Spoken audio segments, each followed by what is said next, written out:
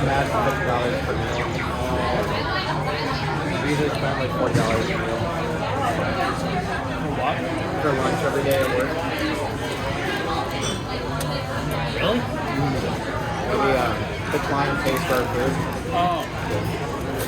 That's one of the best things. Yeah. You get free lunch every day. Yeah. That's sweet. Any lunch you want? It has to Even be, if it's it has expensive? to be reasonable, like not too expensive. Okay. Reasonable like $20. Yeah, around that. That's 20, 30.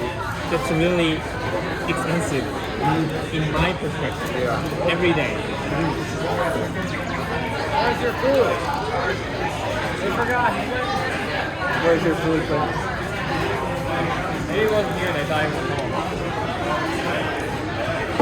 No tip this time, right? Oh, they don't get paid much this time. They might make like $6 an hour. The T-Cash will not tip anyone. No, he changed his mind. He changed his mind on that. Remember that, Nick? T-Cash used to not tip. Okay.